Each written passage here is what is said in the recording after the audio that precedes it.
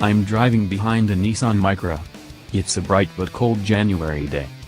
The road is quiet, and we're approaching a long, straight section at around 40 miles per hour as we negotiate the right-hand bend signifying the start of the straight. I'm as far left as possible to get a clear view of the road ahead. The Mercedes GLA45 is in sport mode, priming the throttle response, amongst other things. There's a gap. I take it, accelerate, and the full fury of the Micra driver hits. He's apoplectic. His hands are flying, his lights are flashing. How dare I overtake him? The truth is, it's not the first time the GLA45 Yellow Night edition has elicited a reaction like this. The standard GLA45 appears very leery, but the Yellow Night edition adds various bits of yellow trim, not to mention the in-your-face rear spoiler. Add a roaring exhaust note to its divisive appearance and the result is a car that'll provoke a reaction from the most sedate of motorists. Evidently.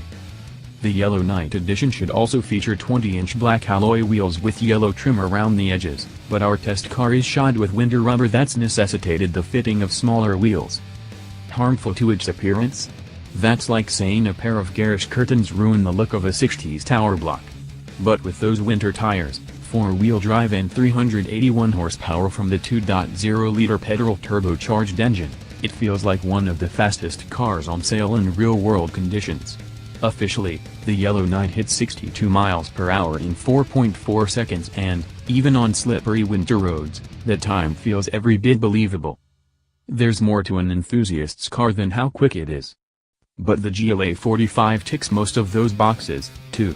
It sounds the part, and its handling is remarkable.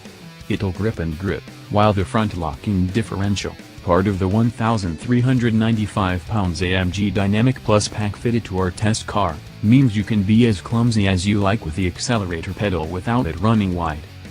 That pack also adds sports suspension, which provides a firm if not uncomfortable ride. Despite being marketed as a crossover, it's not as high up as most rivals, and there's very little in the way of roll. The interior is jazzed up with splashes of yellow as well as AMG performance seats and an Alcantara-wrapped steering wheel. Yet it still feels past its best compared to newer Mercedes-Benz vehicles.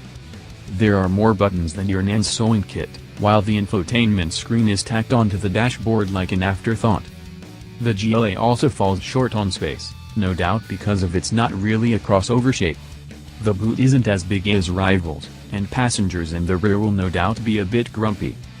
Does any of that matter? If you're in the market for the fastest car from A to B in real-world conditions, there's very little that'll touch the GLA45. The only thing that I've driven recently that comes close is the Audi TT RS, and that loses out by being lower down and therefore having reduced visibility versus to the GLA. The Yellow Night starts to fall apart when you consider its £53,405 price tag, though. Add a few desirable options, as fitted to our test car, and it'll soon nudge £60,000. That's well into Porsche Macan GTS territory, borderline Macan Turbo. A proper SUV, the Macan not only looks the part, but its interior is a cut above and the driving experience is as close as you can get to a sports car SUV. The best thing about choosing a Macan over a GLA45 Yellow Night? Even being a Porsche, it's less likely to encourage disparaging hand gestures from elderly Nissan Micra drivers.